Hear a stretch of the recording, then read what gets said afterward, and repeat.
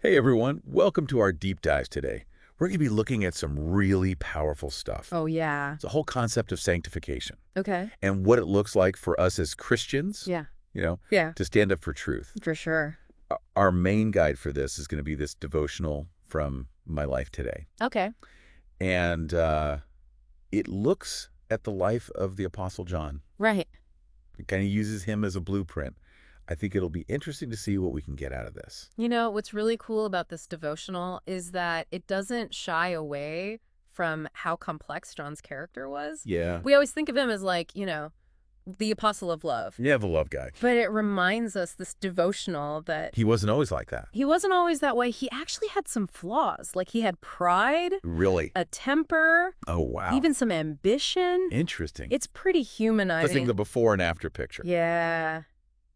But what I find really interesting is that the devotional doesn't act like John just suddenly transformed. Right. It really shows that it was a process for him. Yeah. You know, it's like he was becoming more like Christ every step of the way. Yeah, and that's what makes it interesting. Right. Because this devotional uses this phrase, becoming a partaker of the divine nature. And it's talking about how we can change by being in Christ. It's not just about trying harder to be a good person. It's about how being close to Jesus actually changes us deep down. Oh, for sure.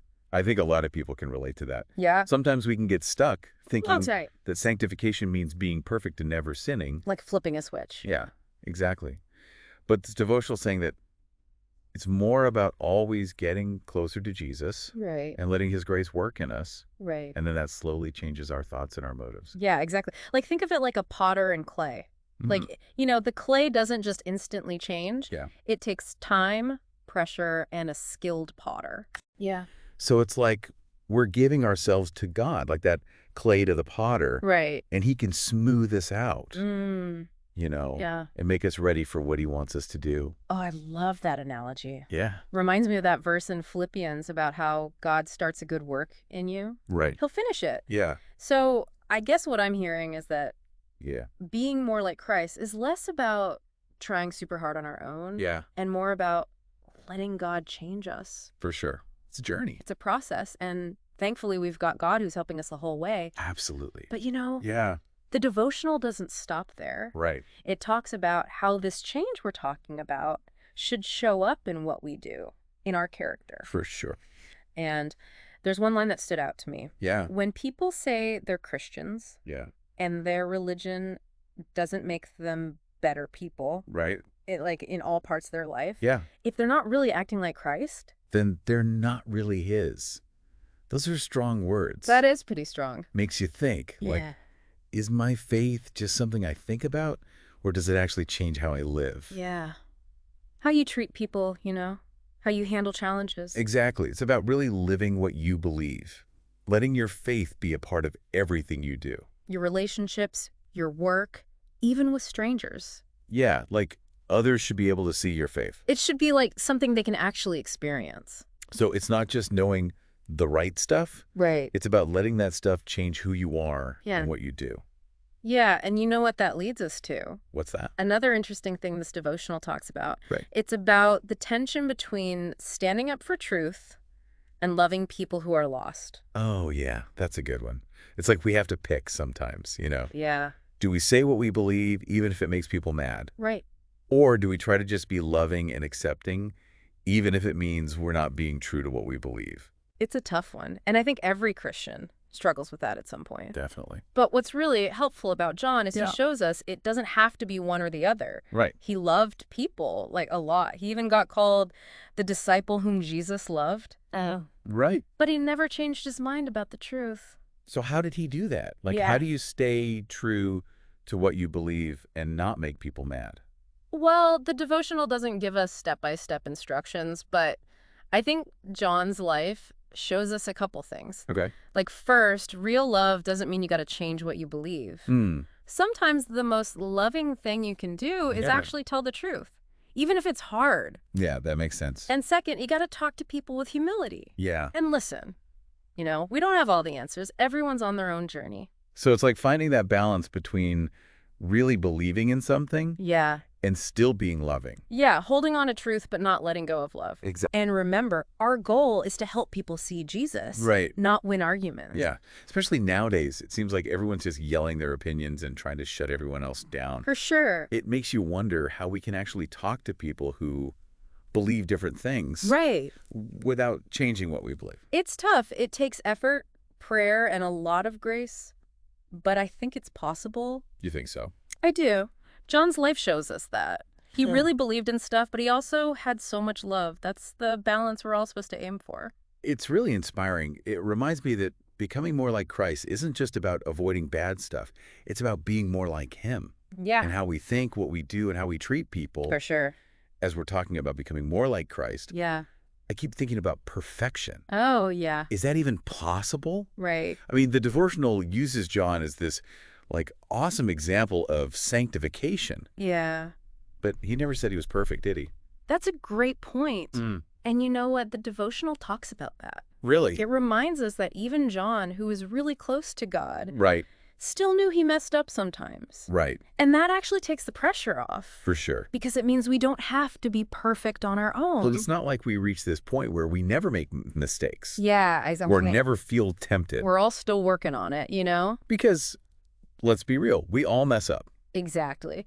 But the great thing about God's grace is it's there for us even when we aren't perfect. Right. It's not about never messing up. It's about knowing that when we do, God helps us get back up and keep going. Yeah. It's like that verse, you know, he who began a good work in you will carry it on to completion. That's so encouraging. It reminds me of this time I was struggling with something. Yeah. And I felt so bad. Oh, yeah. But then I read that verse. All right. And it was like this weight was lifted. It reminded me that God wasn't giving up on me, even when I wanted to give up on myself. I love that. God's grace is real, you know? It is. It's not just an idea. It gets us through tough times. Definitely. And this whole thing about growing, trying to be more like Christ. Yeah. But knowing we need God's grace. Yeah. It reminds me of the Sabbath. Oh, here's where it gets interesting for me. Yeah. I've always loved the Sabbath. Yeah. But how does that connect to sanctification? Well, think of it this way. The Sabbath is like a reset for your soul. You get to step away from all the busyness, from all your work and trying so hard, and just be with God. Just like God rested after creation, right? We get to rest too. And let God work in us and renew us. So it's not just about like following the rules of the day. Right. It's more about experiencing God and his grace. Exactly. Yeah. It's realizing that real change comes from God, not from us trying harder. It's letting him shape us. So trying to be perfect, but knowing we need God's help. It's a balance. It is. But it's what we're called to do. I'm starting to see how all this fits together. Yeah. It's like grace, surrender, effort, rest. Yeah. All those things together make up this process of becoming holy. Exactly. And we get to experience that through the Sabbath. Yeah. It's like a real way to be part of this change, of becoming more like Jesus. It reminds us that we're not alone in this. We're not. God made us. Yeah. He saved us. And he's working in us. Yes. To make us who he wants us to be. Exactly. And the Sabbath helps us see that more clearly. It's a gift, a privilege, really important for us. It is. As we're talking, Yeah. I keep thinking about all the stuff we face every day. Right. The temptations, the pressures, Mm-hmm. all the messages that try to pull us away from God. For sure. How do we hold on to this idea of becoming holy, of becoming more like Jesus, Right. when everything around us is so crazy? That's the big question, isn't it? It is. And I think we'll talk more about that in the last part of our deep dive. But for now, let's just remember this. What's that? Becoming holy is a journey. It's about us working with God. It's about letting him shape us into something beautiful, something he can use. It's amazing that even when we mess up, Yeah. even when we struggle, Yeah. God is still working in us. He is. He's pulling us closer to him Right. and making us more like Jesus. It's messy, for sure, It is. but it's beautiful. For sure. And ultimately, it's about God saving us. Absolutely. And I'm thankful to be on that journey. Okay, so as we wrap up our deep dive here, Yeah. and to sanctification standing for truth. Yeah. It's like we've been on this like epic journey, Yeah. figuring out what it really means to become like Jesus. We've talked about so much, haven't we? We have. From John's transformation to how our faith should change us. Yeah. And even when we mess up, God's grace is still there. And we can't forget that connection we made between the Sabbath and becoming holy. It's like the Sabbath gives us this like practical way to let God change us every week. Absolutely. It's like a rhythm in our faith, you know? Yeah. Resting and being renewed reminds us we're not alone. Right. God made us, saved us, and he's still working on us. He sure is. So we've got all these amazing insights now We do. about what it means to become more like Christ. But how do we actually live this out? Right? Like, how do we take all this and apply it every day? Yeah. Especially when the world feels so crazy. That's the real question, isn't it? It's easy to talk about it, but it's harder to actually do it. And the devotional doesn't give us a rule book or anything. Sure, It just points us back to Jesus, who is the perfect example. He was both human and divine. So we're supposed to follow him, become more like him. But how do we even start? Well, I think it starts with spending time with Jesus, praying, reading the Bible, really letting his love sink in. That's where the change begins. When we get closer to him, he changes us. We start to see things differently and want the things he wants.